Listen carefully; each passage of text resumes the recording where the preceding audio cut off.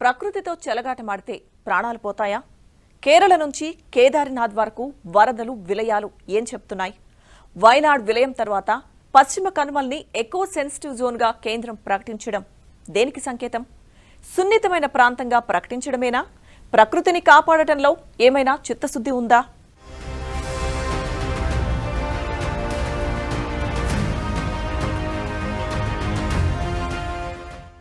కేరళలోని వైనాడ్లో వరదలు కొండచెరులు విరిగిపట్టడంతో కేంద్రం మరోసారి కళ్లు తెరిచింది.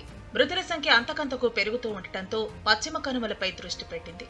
వెస్టర్న్ ఘాట్లోని మొత్తం 56,800 చదరపు కిలోమీటర్ల ప్రాంతాన్ని ఎకో సెన్సిటివ్ ఏరియా అంటే పర్యావరణ పరంగా సున్నితమైన ప్రాంతంగా ప్రకటిస్తూ కేంద్రం ముసాయిదా నోటిఫికేషన్ జారీ చేసింది.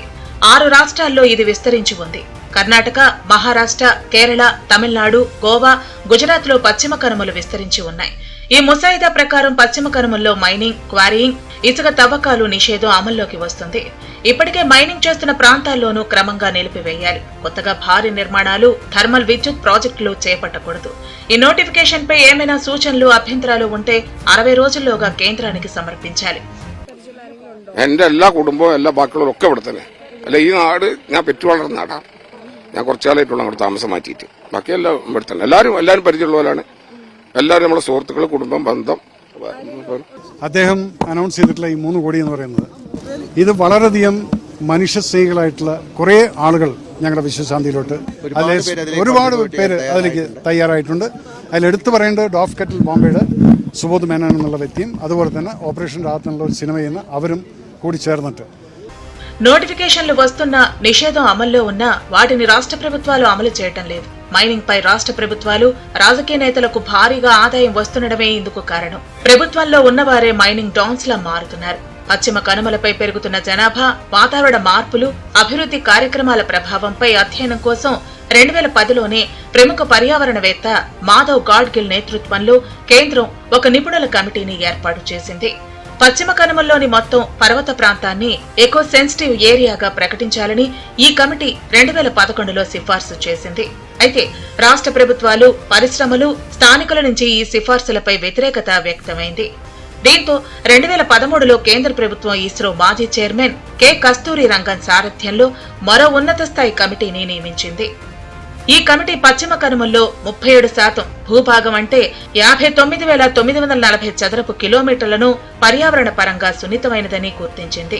ఇప్పటి వరకు 5 కమిటీలు ముసాయిదా నోటిఫికేషన్లు విడుదల చేయగా ఇప్పుడు కేంద్రం 6సారి ముసాయిదా ప్రకటించింది.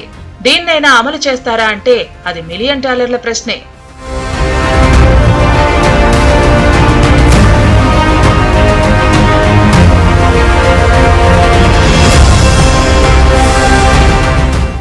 పశ్చిమ కనుమల్లో దాదాపు 70% ప్రాంతంలో ఎలాంటి వాణిజ్య కార్యకలాపాలు నిర్వహించవద్దని గాడ్గిల్ కమిటీ నివేదికనిచ్చినా పట్టించుకోలేదు. అటవీ భూమిని అటవీయేతర అవసరాలకు మళ్లించడంపైనా నిషేధం విధించాలని సూచించినా కేరళ సర్కార్ ఖాతరు చేయలేదు. గతంలో కాంగ్రెస్, ఇప్పటి వామపక్షాలు కలిపి గాడ్గిల్ కమిటీ రిపోర్టును ఒక చెత్తగా అభివర్ణించాయి. పర్యావరణ పరిరక్షణ పేరుతో పశ్చిమ కనుమల ప్రాంతాల్లో అభివృద్ధిని పూర్తిగా నిలిపివేయటం సరికాదన్నారు రాజకీయ నేతలు. దీని పర్యవసానమే నేటి వైనాడ్ విలయం. దేశంలో దాదాపు 25 కోట్ల మందికి నీటి వనరులను అందించే జలప్రదాతలు ఈ పశ్చిమ కనుమలు. కృష్ణా, గోదావరి, కావేరి వంటి ప్రధానమైన నదులకు పుట్టినిల్లు. అంతరించే ముప్పును ఎదుర్కొంటున్న జీవుల జాబితాలో ఉన్న 325 జీవజాతులు ఈ పశ్చిమ కనుమల్లో ఉన్నాయి. ఇంతటి జీవ వైవిధ్యానికి పుట్టినిల్లైన పశ్చిమ కనుమలు మైనింగ్, నిర్మాణాల దెబ్బకు కనుమరుగవుతున్నాయి. దీంతో కొండచెరులు విరిగి పడుతున్నాయి. ఆకస్మిక వరదలు సంభవిస్తున్నాయి. భారీ వర్షాలు కురిస్తే వరదలొచ్చి నేరుగా నివాస ప్రాంతాలు కొట్టుకుపోతున్నాయి. వరదలను నియంత్రించే పచ్చటి కొండకోనలు కనుమరుగవటమే దీనికి ప్రధాన కారణం.